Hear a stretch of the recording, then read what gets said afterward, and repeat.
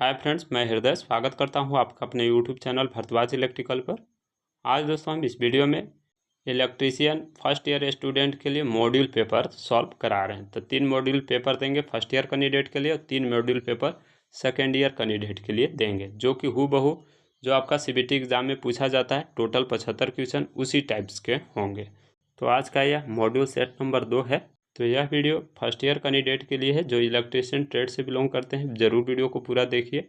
मैं विश्वास दिलाता हूं कि इस 3 मॉड्यूल पेपर से कोई भी क्वेश्चन बाहर नहीं पूछे जाएंगे।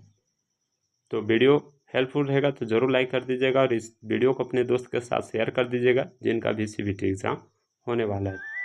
तो आइए शानदार तरीक़ा से सभी क्वेश्चन को सॉल्व करते हैं। वीडियो हेल्पफुल रहेगा तो ज़रूर लाइक कर दीजिएगा और इसी प्रकार का नॉलेजफुल वीडियो पाने के लिए हमारे चैनल को सब्सक्राइब कर लीजिएगा, क्योंकि हमारे चैनल पर आईटीआई से रिलेटेड हर अपडेट आपको दी जाती है। तो आइए फाइनली देख ही लेते हैं।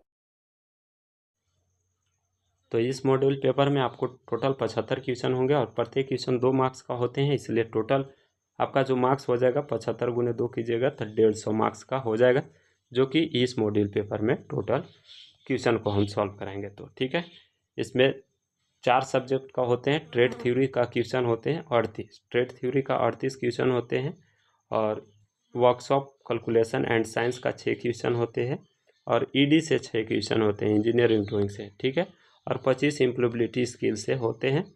तो टोटल आप क्वेश्चन को जोड़िएगा तो 75 हो जाएगा। 38 और 12 जोड़िएगा तो 50 हो जाएगा और 25 इम्प्लॉयबिलिटी स्किल, टोटल 75 क्वेश्चन होंगे और इसी सिलसिलेवार से आपका क्वेश्चन होंगे। ठीक है, तो आइए शानदार तरीक़ा से सभी एमसीक्यू को सॉल्व करते हैं। पहले यहाँ पर ट्रेड थ्योरी से क्वेश्चन है, 1 से 38 तक ट्रेड थ्योरी का है।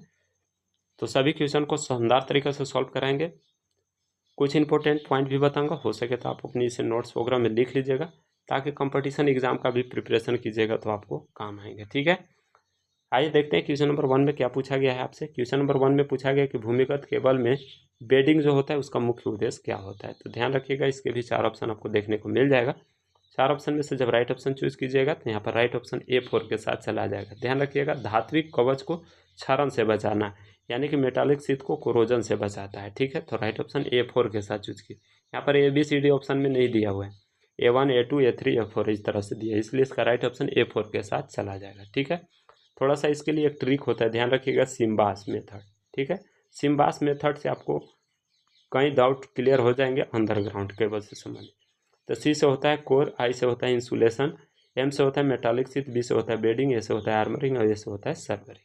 ठीक है, तो यही B जो है, बेडिंग का मुख्य उद्देश्य क्या होता है, तो मेटालिक शीट को कोरोजन से बचाना। बाकी और इंपॉर्टेंट पॉइंट बता देते हैं जो ऑप्शन में दिया हुआ है। A1 जो है, केबल के यांत्रिक क्षति से आर्मरिंग बचाता है, केबल के नमी और गैस से मेटालिक शीट बचाता है और आर्मरिंग को वायुमंडलीय स्थिति से सर्वरिंग बचाता है। तो ये सारे महत्वपूर्ण पॉइंट हैं, इसे आप ध्यान में रखिएगा। फिलहाल हम पहला का राइट ऑप्शन A4 के साथ चूज किया। ठीक है, तो आइए नेक्स्ट देख लेते हैं क्वेश्चन नंबर 2, जो कि बेहद महत्वपूर्ण है। क्वेश्चन नंबर 2 में भी आपसे अंडरग्राउंड केबल का ही क्वेश्चन पूछ दिया है। यहाँ पर आपसे पूछा गया कि भूमिगत केबल में किस प्रकार के दोष को ज्ञात किया जाता है, यानी कि अंडरग्राउंड केबल में फॉल्ट को पता करने के लिए किस मेथड का उपयोग करते हैं। तो यहाँ पर 4 ऑप्शन आपको देखने को मिल जाएगा।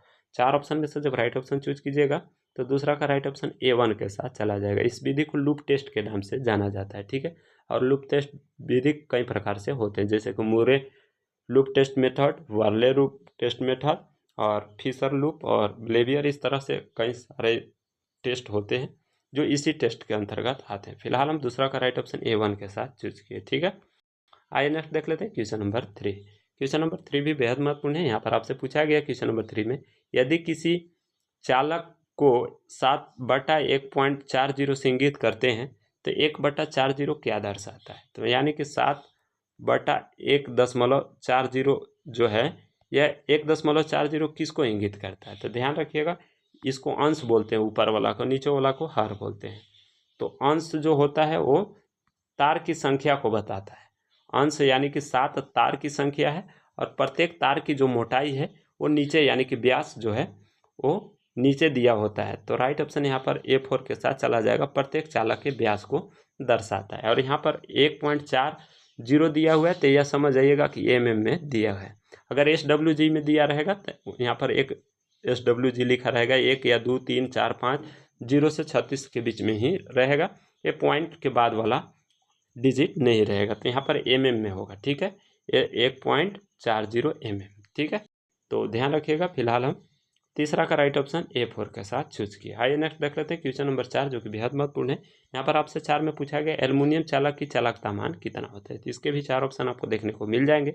एल्युमिनियम की चालकता मान पूछा है तो यहाँ पर 35 महो प्रति मीटर राइट ऑप्शन A3 के साथ चूज करेंगे। ठीक है, अगर आपसे कॉपर का पूछ देगा तो कॉपर का ध्यान रखिएगा। कॉपर का यहाँ पर 56 महो होता है प्रति मीटर, तो ये कॉपर के लिए हो जाएगा, ध्यान रखिएगा। और आपसे एल्युमिनियम का पूछ लिया है इसलिए यहाँ पर 35 महो प्रति मीटर हो जाएगा, राइट ऑप्शन A3 वाला। ठीक है, तो आइए नेक्स्ट देख लेते हैं क्वेश्चन नंबर 5, जो कि बेहद महत्वपूर्ण है। क्वेश्चन नंबर 5 में पूछा गया है केबल में अधिक अतिरिक्त धारा सुरक्षा के लिए धारा रेटिंग कारक क्या होता है। तो यहाँ पर दो चीज़ पूछा जाता है, एक कोर एक्सेस करंट प्रोटेक्शन, एक क्लोज एक्सेस करंट प्रोटेक्शन। तो यहाँ पर आपसे कोर एक्सेस करंट प्रोटेक्शन पूछा है तो ध्यान रखिएगा, कोर एक्सेस पूछेगा तो यहाँ पर कोर एक्सेस के लिए जो हो जाएगा 0.81, जो कि A3 ऑप्शन में है। तो यहाँ पर राइट ऑप्शन A3 के साथ चूज करेंगे। अगर क्लोज एक्सेस करंट प्रोटेक्शन पूछेगा तो क्लोज के लिए यहाँ पर 1.23 होता है, जो कि आपका A2 ऑप्शन में है। ठीक है, ये क्लोज के लिए और ये कोर एक्सेस के लिए। ठीक है, तो बेहद महत्वपूर्ण सभी क्वेश्चन है। आइए नेक्स्ट देख लेते हैं क्वेश्चन नंबर 6। क्वेश्चन नंबर 6 में आपसे पूछा गया है भूमिगत केबल में उदासीन चालक का आकार फेज चालक की तुलना में कितना होता है। यानी कि अंडरग्राउंड केबल होता है, उसमें फेज चालक की तुलना में न्यूट्रल चालक की तार का साइज क्या होता है। तो इसके भी 4 ऑप्शन आपको देखने को मिल जाएगा। 4 ऑप्शन में से जब राइट ऑप्शन चूज कीजिएगा तो छठा का राइट ऑप्शन A2 के साथ चला जाएगा। फेज चालक का आधा होता है, राइट ऑप्शन यहाँ पर हम A2 के साथ चूज किए, इसे आप ध्यान में रखिएगा। बेहद महत्वपूर्ण क्वेश्चन है सभी। आइए नेक्स्ट देख लेते हैं क्वेश्चन नंबर 7। क्वेश्चन नंबर 7 में एक चित्र दिया गया और आपसे पूछा गया कि इस टूल को किस नाम से हम जानते हैं।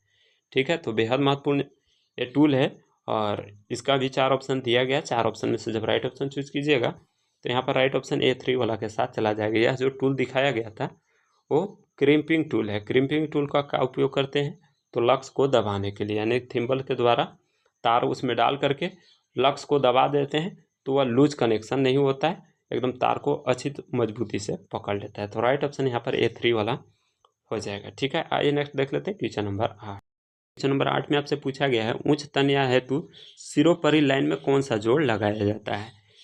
यानी कि ओवर हेड लाइन में उच्च तन्यता हाई टेंसिल स्ट्रेंथ के लिए कौन सा ज्वाइंट लगाया जाता है। तो इसके भी 4 ऑप्शन आपको देखने को मिल जाएगा।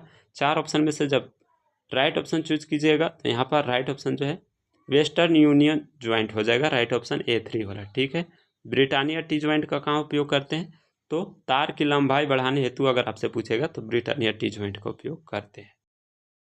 तो आइए नेक्स्ट देख लेते हैं क्वेश्चन नंबर 9, जो कि बेहद महत्वपूर्ण है। यहाँ पर आपसे पूछा गया है 9 में कि बिजली की मात्रा की इकाई क्या होता है। क्वांटिटी ऑफ इलेक्ट्रिसिटी का यूनिट पूछा गया।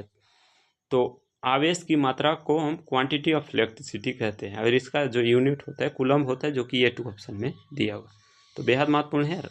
आवेश की मात्रा यानी कि आवेश की जो SI मात्रक होती है वो कूलम होती है, A2 ऑप्शन के साथ चला गया। ठीक है, तो आइए नेक्स्ट देख लेते हैं क्वेश्चन नंबर 10, जो कि बेहद महत्वपूर्ण है। यहाँ पर एक चित्र दिया गया है, आपसे पूछा गया है कि सोल्डरिंग विधि का क्या नाम है। तो यहाँ पर जैसा कि आपको देखने को मिल रहा होगा, यह जो चित्र है वह गन की आकृति में है। सोल्डरिंग जो है यह गन की आकृति में, तो यह सोल्डरिंग गन मेथड हो जाएगा। सोल्डरिंग गन मेथड जो है राइट ऑप्शन यहाँ पर A3 में है, इसलिए इसका राइट ऑप्शन A3 के साथ चला जाएगा। बेहद महत्वपूर्ण है। तो आइए नेक्स्ट देख लेते हैं क्वेश्चन नंबर 11, जो कि बेहद महत्वपूर्ण है। यह क्वेश्चन हम आपको ऊपर में ही बता चुके हैं। ठीक है, यहाँ पर आपसे पूछा गया है कि केबल की पास अतिरिक्त धारा सुरक्षा के लिए रेटिंग कारक क्या है। यानी कि आपसे इस बार जो पूछा गया क्लोज एक्सेस करंट प्रोटेक्शन पूछा गया। तो कोर एक्सेस का भी हम आपको ऊपर में बताए थे कि 0.81 होता है, लेकिन आपके यहाँ आपसे क्लोज एक्सेस पूछा है तो क्लोज एक्सेस के लिए A3 राइट ऑप्शन हो जाएगा। ठीक है, बेहद आसान क्वेश्चन है, बेहद महत्वपूर्ण है, इसे आप ध्यान में रखिएगा। तो आइए नेक्स्ट देख लेते हैं क्वेश्चन नंबर 12, जो कि बेहद महत्वपूर्ण है। यहाँ पर आपसे एक फिर चित्र दिया गया और आपसे पूछा गया कि सोल्डरिंग विधि का क्या नाम है। ठीक है, तो यहाँ पर इस तरह का चित्र दिया गया है और इसके भी 4 ऑप्शन दिए गए हैं। ठीक है, तो ये तो गन वाला नहीं होगा, 2 ऑप्शन आप बिल्कुल काट दीजिए, गन मेथड नहीं हो जाएगा और ब्लो लैंप नहीं होगा।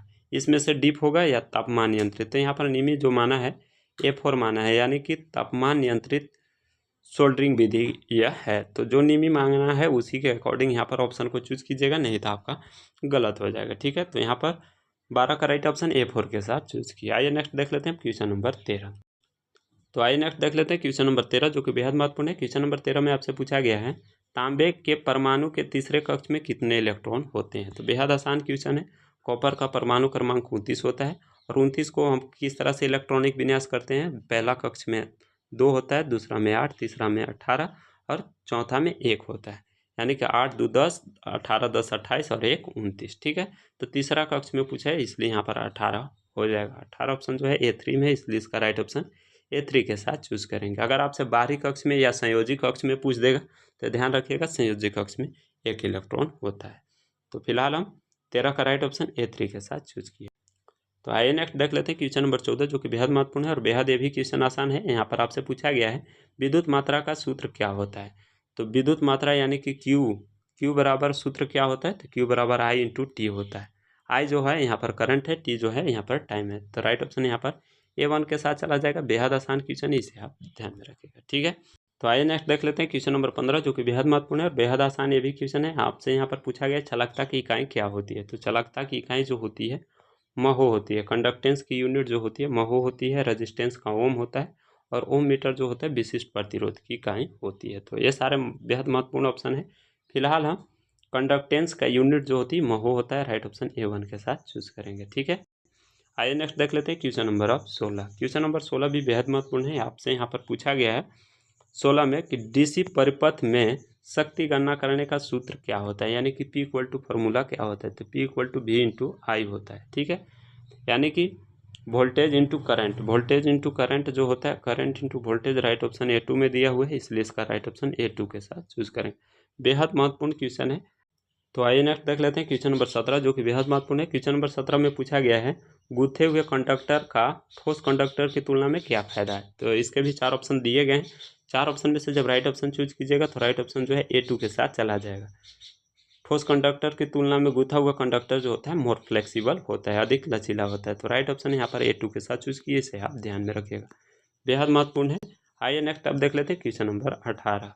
क्वेश्चन नंबर 18 में पूछा गया कि क्रिम्पिंग का क्या फायदा है। What is the advantage of crimping, यानी कि क्रिम्पिंग का क्या फायदा है। तभी हम आपको ऊपर में ही बताएं कि क्रिम्पिंग के द्वारा हम अवॉइड लूज कनेक्शन, ढीले संयोजन को टालने के लिए प्रयोग करते हैं। तो राइट ऑप्शन A3 के साथ चला जाएगा।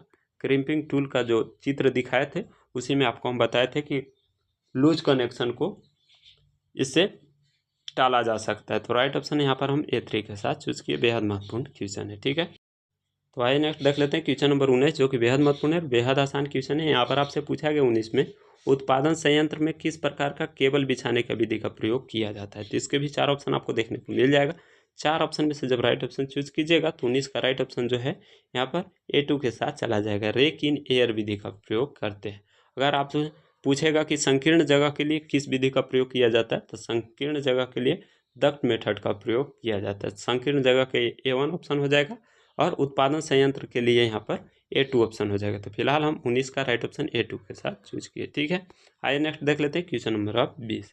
क्वेश्चन नंबर 20 भी बेहद महत्वपूर्ण है। इसका ऊपर में ही हम आंसर बता चुके हैं, अगर आप ध्यान दिए होंगे तो। ठीक है, यहाँ पर आपसे पूछा गया भूमिगत केबल में कौन सा भाग मेटालिक शीट को कोरोजन से बचाता है। तो मेटालिक शीट को कोरोजन से जो बचाता है उसको हम बेडिंग कहते हैं। राइट ऑप्शन यहाँ पर हम A2 के साथ चूज की, इसे आप ध्यान में रखिएगा। बेहद महत्वपूर्ण क्वेश्चन है, इसके बारे में ऑलरेडी हम ऊपर में ही बता चुके हैं। ठीक है, तो आइए नेक्स्ट देख लेते हैं क्वेश्चन नंबर 21, जो कि बेहद महत्वपूर्ण है। क्वेश्चन नंबर 21 में पूछा गया है जंक्शन बॉक्स में किस प्रकार के तार का ज्वाइंट लगाए जाते हैं या पाए जाते हैं। तो जंक्शन बॉक्स के लिए 4 ऑप्शन दिए गए। जंक्शन बॉक्स में जो तार का ज्वाइंट लगाया जाता है वो A3 के साथ चला जाएगा। रेड टेल ज्वाइंट का प्रयोग किया जाता है। तो राइट ऑप्शन यहाँ पर A3 हो जाएगा। बेहद महत्वपूर्ण है, इसे आप ध्यान में रखिएगा। ठीक है, आइए नेक्स्ट देख लेते हैं आप क्वेश्चन नंबर 22। क्वेश्चन नंबर 22 भी बेहद महत्वपूर्ण है। यहाँ पर आपसे पूछा गया है 22 में डीप सोल्डरिंग विधि का उपयोग कहाँ करते हैं। तो इसके भी 4 ऑप्शन आपको देखने को मिल जाएगा। 4 ऑप्शन में से जब राइट ऑप्शन चूज कीजिएगा तो 22 का राइट ऑप्शन जो है यहाँ पर A3 के साथ चला जाएगा। पीसीबी के छोटे भाग को सोल्डरिंग करने के लिए डीप सोल्डरिंग मेथड का प्रयोग करते हैं। तो राइट ऑप्शन A3 के साथ चला जाएगा। बेहद महत्वपूर्ण है। ठीक है, तो आइए नेक्स्ट देख लेते हैं क्वेश्चन नंबर 23, जो कि बेहद महत्वपूर्ण है, बेहद आसान क्वेश्चन है। यहाँ पर आपसे पूछा गया है अर्धचालक पदार्थ कौन सा है। तो अर्धचालक पदार्थ, इसमें 4 ऑप्शन दिए गए हैं। 4 ऑप्शन में से जब राइट ऑप्शन चूज कीजिएगा तो राइट ऑप्शन A4 के साथ चला जाएगा, जर्मेनियम हो जाएगा। ठीक है, जर्मेनियम का परमाणु क्रमांक 32 होता है, ध्यान रखिएगा। इसका इलेक्ट्रॉनिक विन्यास भी ध्यान में रखिएगा, 2, 8, 18 और 4 होता है। तो यानी कि जिनकी कक्ष में, बाहरी कक्ष में इलेक्ट्रॉन की संख्या 4 होगी वो सेमीकंडक्टर के अंतर्गत आते हैं। 2, 8, 10, 18, 10, 28 और 4, 32। इसी प्रकार सिलिकॉन भी बेहद महत्वपूर्ण सेमीकंडक्टर होता है, उसका भी इस प्रकार इलेक्ट्रॉनिक विन्यास होता है, 14 होता है इसका। तो इसको इस तरह से बांटिएगा, 2, 8, 4। ठीक है, तो बेहद महत्वपूर्ण है, इसे आप ध्यान में रखिएगा। फिलहाल हम 23 का राइट ऑप्शन A4 के साथ चूज किए।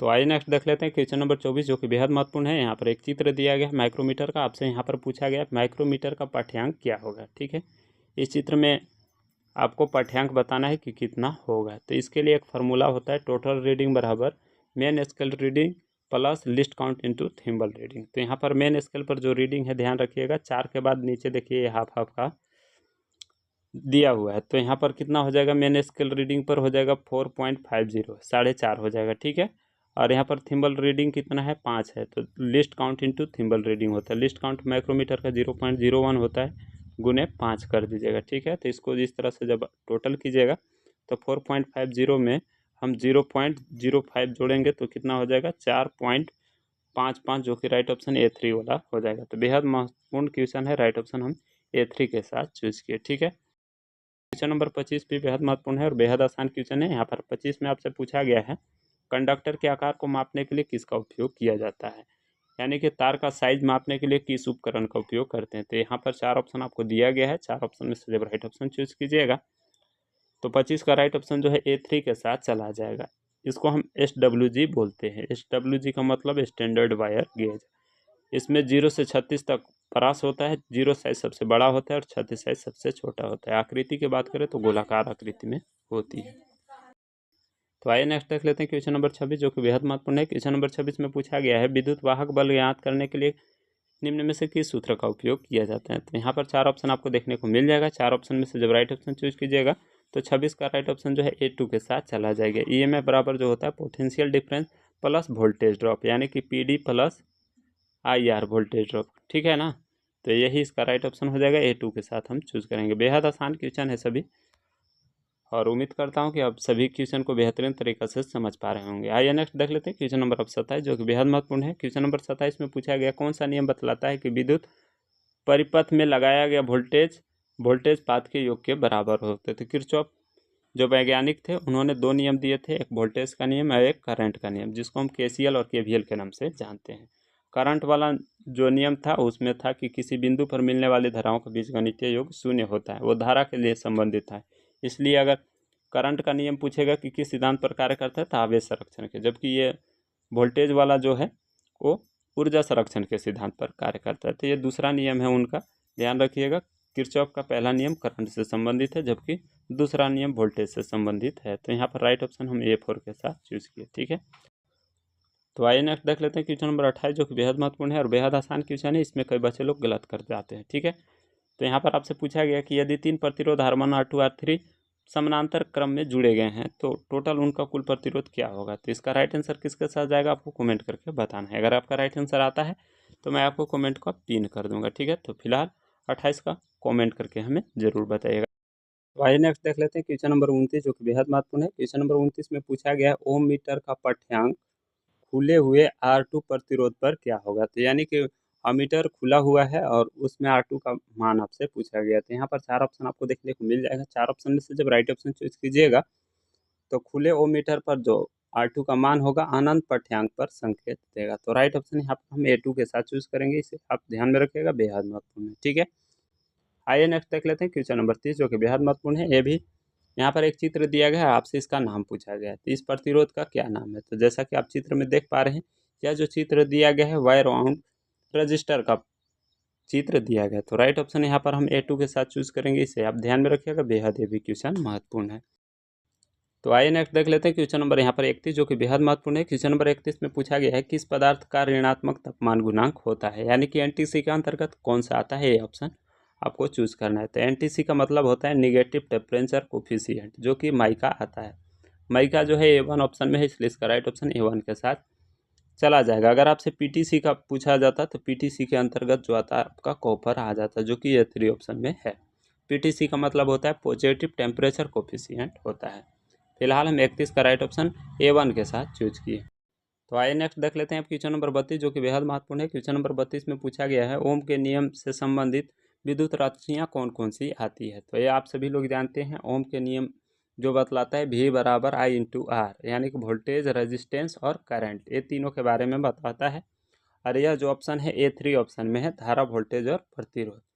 तो राइट ऑप्शन हम A3 के साथ चूज किए, इसे आप ध्यान में रखिएगा।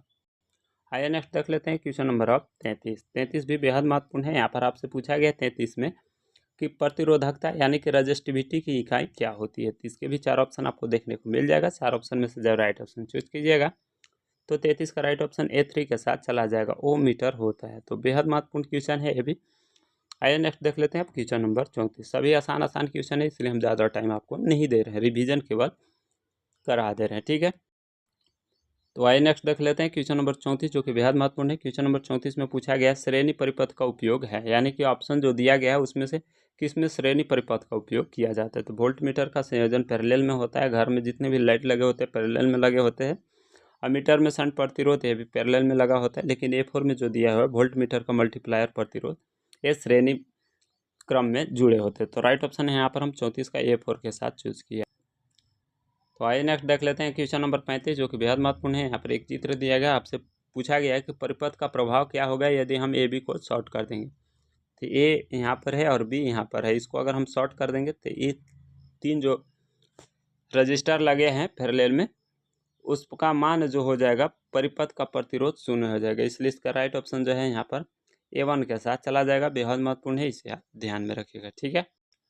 तो आइए नेक्स्ट देख लेते हैं क्वेश्चन नंबर 36, जो कि बेहद महत्वपूर्ण है। क्वेश्चन नंबर 36 में पूछा गया है ओम प्रति डिग्री सेंटीग्रेड में प्रतिरोध परिवर्तन का कौन सा परिभाषा परिभाषित करता है। तो यहाँ पर 4 ऑप्शन आपको देखने को मिल जाएगा। 4 ऑप्शन में से जब राइट ऑप्शन चूज कीजिएगा तो 36 का राइट ऑप्शन A4 के साथ चला जाएगा। उसे टेम्परेचर कोफिशिएंट यानी कि ताप गुणांक के नाम से जानते हैं। तो राइट ऑप्शन हम 36 का A4 के साथ चूज किया। आइए नेक्स्ट देख लेते हैं क्वेश्चन नंबर अब 37।